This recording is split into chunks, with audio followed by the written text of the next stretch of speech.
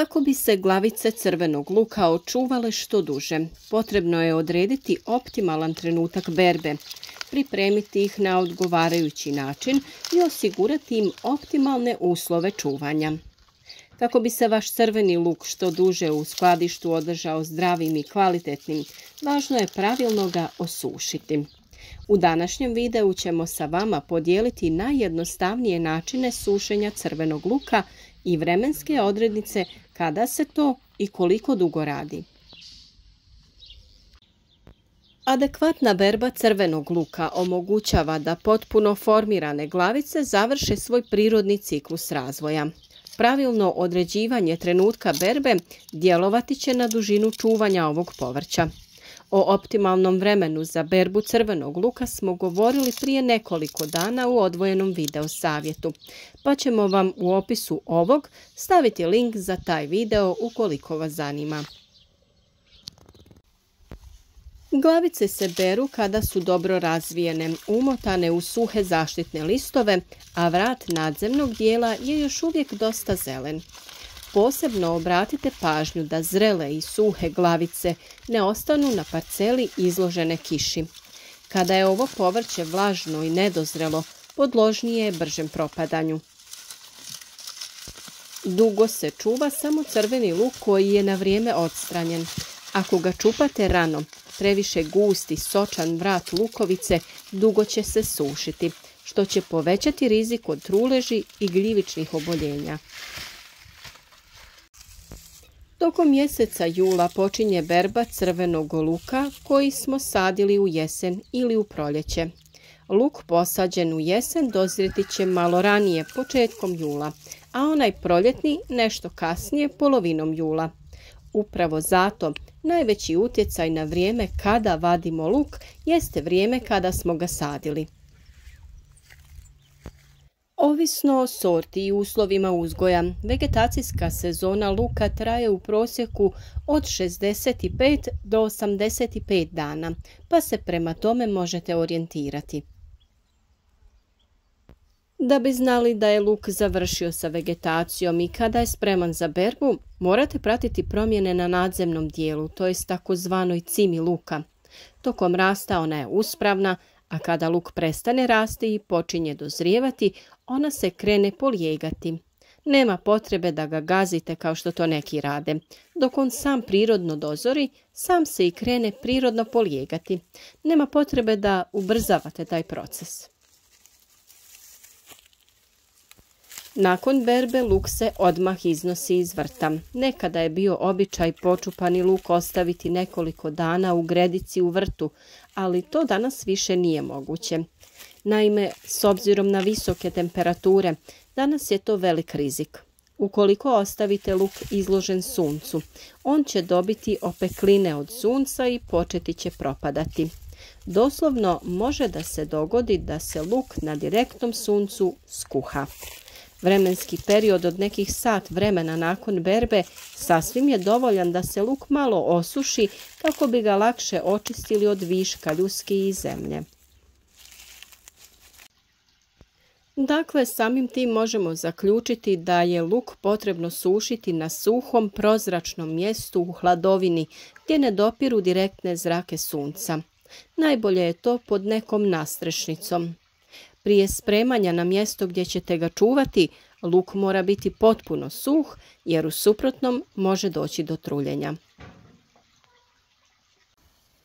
Nakon branja očistite ga od zemlje, lagano uklonite listove omotača koji su suvišni ili odvojeni od glavice. Pregledajte sve, a sve oštećene lukovice odvojite od onih zdravih. Sada je i vrijeme da uklonite višak korijenja. Luk se vrlo lako plete u vijence i to je jedan način na koji se može vješati i sušiti. Kako bi bili sigurni da su listovi potpuno suhi i da u vijencima neće biti vode, potrebno je ipak neko vrijeme sušiti luk odvojeno. Možete to raditi tako što ćete luk staviti na neku prostirku i posložiti ga u tankom sloju kako bi se mogao ravnomjerno sušiti. S obzirom da vam je za takav način sušenja potrebno više prostora, možete izraditi vrlo jednostavno vješalice na kojima ćete sušiti luk.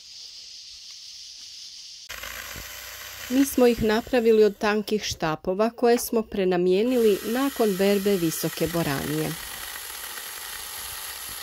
Za vrlo jednostavno pravljenje različitih pomagala u vrtu koristimo ovu laganu ručnu baterijsku pilu marke Stihl.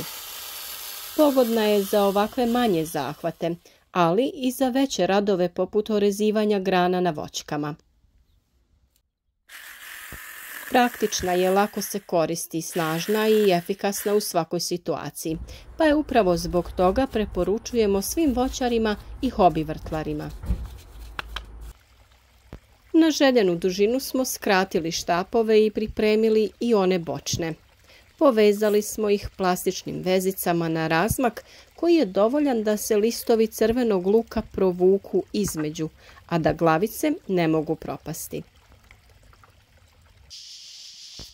Cijelu konstrukciju smo objesili sa špagom kako bi ju lako smjestili negdje na pogodno mjesto.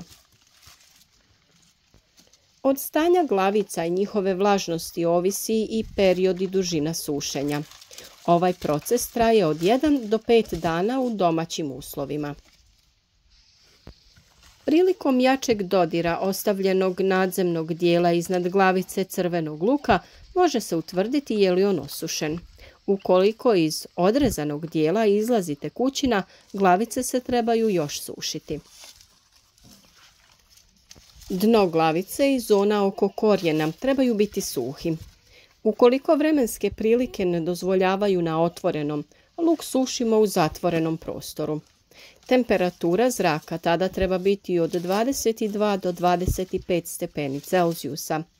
Osušene glavice je najbolje ostaviti nekoliko dana u nekom prostoru sa dobrom ventilacijom.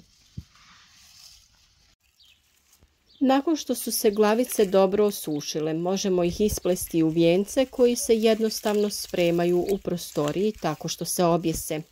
U ispletenom vijencu luk otkidate po potrebi, a vijenac se neće raspetljati.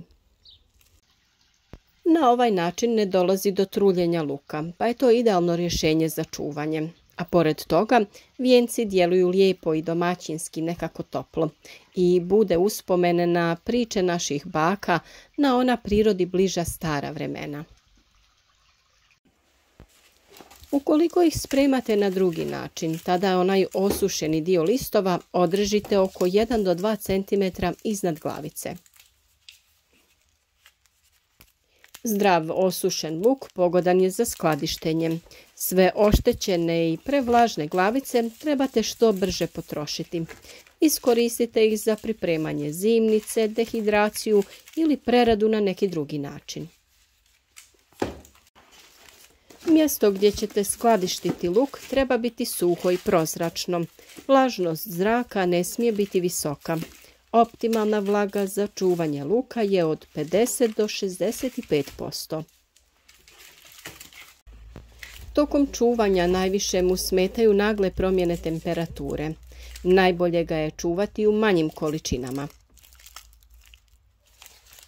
Izaberite prirodne materijale za ovu namjenu kao što su korpe, drvene gajbe ili papirne vrećice.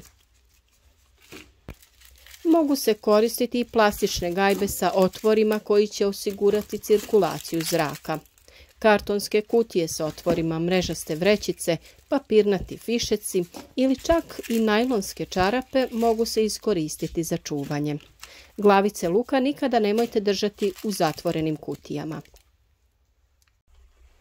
Naravno da sve posude u kojima će se čuvati crveni luk trebaju biti čiste, oprane i dezinficirane. Najbolje je da bude raspoređen u 2 do 3 reda. Visina sloja uskladištenih glavica ne treba biti viša od 30 cm. Samim tim olakšati ćete pregled tokom čuvanja i osigurati bolju ventilaciju. One koji pokazuju znakove propadanja potrebno je ukloniti. Vrlo je važno da se sušenje luka odradi na pravi način kako bi samo skladištenje bilo uspješnije, a povrće dugotrajnije. Nadamo se da su vam ovi savjeti bili korisni i da ćete imati uspjeha u uzgoju i očuvanju crvenog luka. Naš rad podržite sa lajkom, podijelite video sa prijateljima i javite nam se u komentaru sa vašim iskustvima. Pišite od kuda nas pratite i družite se s nama svaki dan uz novi koristan savjet.